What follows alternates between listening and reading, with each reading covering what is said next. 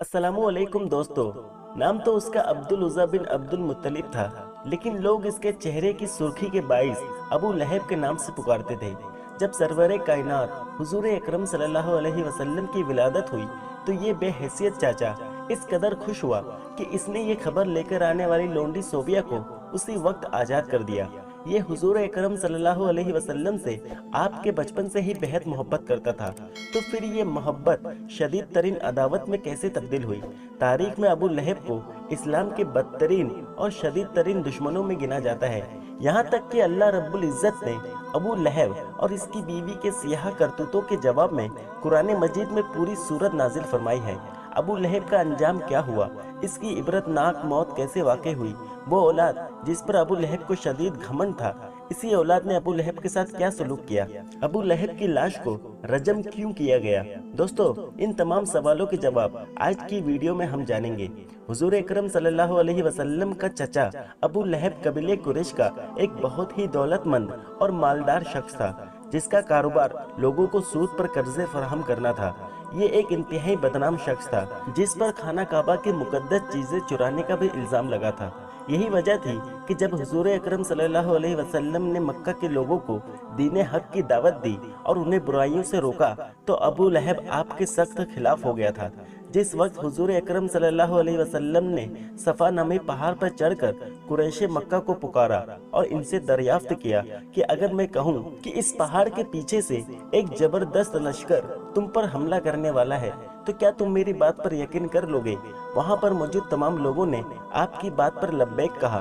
फिर आप सल्लल्लाहु अलैहि वसल्लम ने फरमाया कि मैं तुम्हें ऐसी अजाब से डराने आया हूँ कि जो इस लश्कर से भी ज्यादा सख्त और खतरनाक है।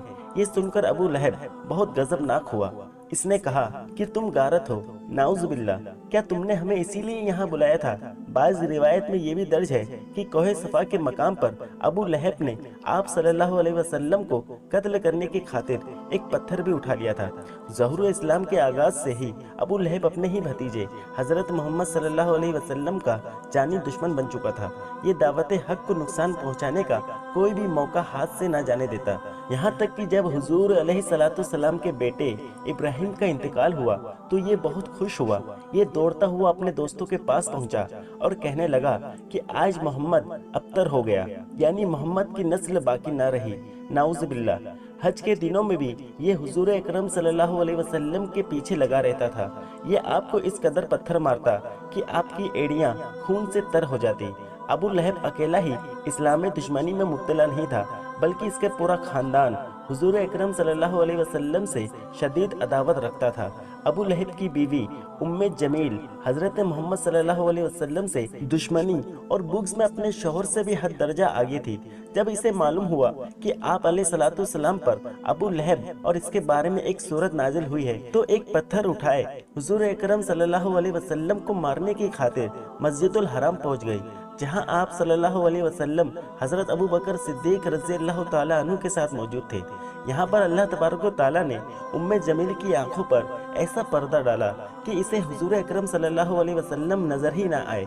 यूं ये बदहवासी और गुस्से के आलम में ऑल फॉल बकती यहाँ से चली गई। उम्मे जमील के पास एक इंतहाई कीमती हार मौजूद था। ये अपने इस हार पर बहुत फख्र करती और कुरैश मक्का से कहती कि मैं इस हार को फरोख्त करके इसकी रकम मोहम्मद की मुखालफत में खर्च करूंगी।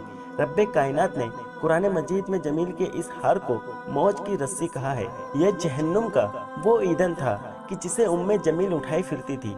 नबूवत के ऐलान से कबल ही हुजूर अकरम सल्लल्लाहु अलैहि वसल्लम की दो साहिबजादियां सैयदा रुकैया और सैयदा कुलसुम अबू लहब के दो बेटे उतबा और उतैबा से मंसूब थी। जब आप अलैहिस्सलाम ने ऐलान नबूवत किया तो अबू लहब और इसका पूरा घराना आपका बदतरीन दुश्मन बन गया। अबू लहब ने अपने दोनों बेटों को हुक्म दिया कि वो हुजूर अकरम सल्लल्लाहु अलैहि वसल्लम की दोनों बेटियों को तलाक दे दे।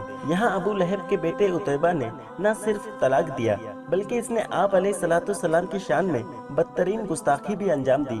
मज़कूरा वाक़या कोई इब्ने असाकर हब्बान बिन असवद की ज़बानी कुछ यूँ बयान करते हैं कि इस बदबख्त ने हुजूर अकरम के साथ दुरुस्त कलामी की और गुस्ताखी के अलावा एक बहुत बड़ा जुर्म ये किया कि इसने चेहरे अनवर की जानिब मुंह करके थूका, मगर वो नापाक थूक आप पर गिरने के बजाय दूर जा गिरा। तब हुजूर अकरम सल्लल्लाहु अलैहि वसल्लम ने ये दुआ फरमाई कि अल्लाह इस पर अपने कुत्तों में से किसी कुत्ते को मुसल्लत कर दे। उतैबा अपने ख्याल में एक बहुत बड़ा कारनामा अंजाम देकर अपने बाप के पास आया और उसे ये तमाम तर तफसीलात बताने लगा। लेकिन जब उतैबा ने हुजूर अकरम सल्लल्लाहु अलैहि वसल्लम की दी हुई बद्दुआ का जिक्र किया तो अबू लहब के चेहरे का रंग उड़ गया और उसने कहा कि बेटे, खुदा की कसम, मैं तुम्हें इस बद्दुआ से महफूज नहीं समझता। कुछ अरसे के बाद जब ये दोनों बाप बेटे शाम के सफर के लिए रवाना हुए तो इन्होंने एक गिरजे में कयाम किया। अबू लहब इस पूरे सफर के दौरान शदीद परेशानी और बेचैनी में मुब्तला था। इसने अपने हमराइयों से दरख्वास्त की कि वो सोते वक्त एक घेरा बना ले और इसके बेटे उतैबा को दरमियान में सुलाए। काफिले वालों ने इसकी हिदायत पर अमल किया, लेकिन रात गई, न जाने कहां से एक शेर जाहिर हुआ जिसने किसी और इंसान को कोई नुकसान न पहुंचाया और ये सीधा उतैबा के पास पहुंचा और इसका सर चबा डाला। दोस्तों, अबू लहब भी एक इंतहा अजियतनाक और बदतरीन मौत का शिकार बना। इसके जिस्म पर एक रेशेदार दाना नमूदार हुआ। ये दाने आहिस्ता आहिस्ता फैलते ही चले गए, यहाँ तक कि अबू लहब का तमाम जिस्म गलने और सड़ने लगा। बदबू और तहफुन इस कदर ज्यादा था कि इसके अपने ही घर वाले इससे तंग आ गए। वो कसीर औलादे मरीना जिस पर अबू लहब को भी इतना घमंड था, वो इसके सड़े हुए जिस्म को एक वीरान बियाबान खंडर में छोड़ आए। ये बीमारी, ताउफुन और अजियत में 7 दिन गुजारने के बाद अबू लहब जहन्नुम वासिल हुआ। दोस्तों, अबू लहब की लाश 3 दिन तक किसी वीराने में पड़ी रही। इसकी औलाद समेत कोई भी शख्स इसके पास भी ना भटकता था। हर एक को यही गुमान था कि कहीं वो भी इस छूत की बीमारी में मुब्तला ना हो जाए। जब ये बदबू और ताउफुन हद से ज्यादा बढ़ गया और मस्कुरा जगह से गुजरना भी मुश्किल हो गया, तब कबीले वालों ने औलादे अबू लहब को आर दिलाई और इन लोगों ने तानों से तंग आकर कुछ हबशियों को उजरत देकर अपने बाप की लाश को एक गड्ढे में फिकवा दिया।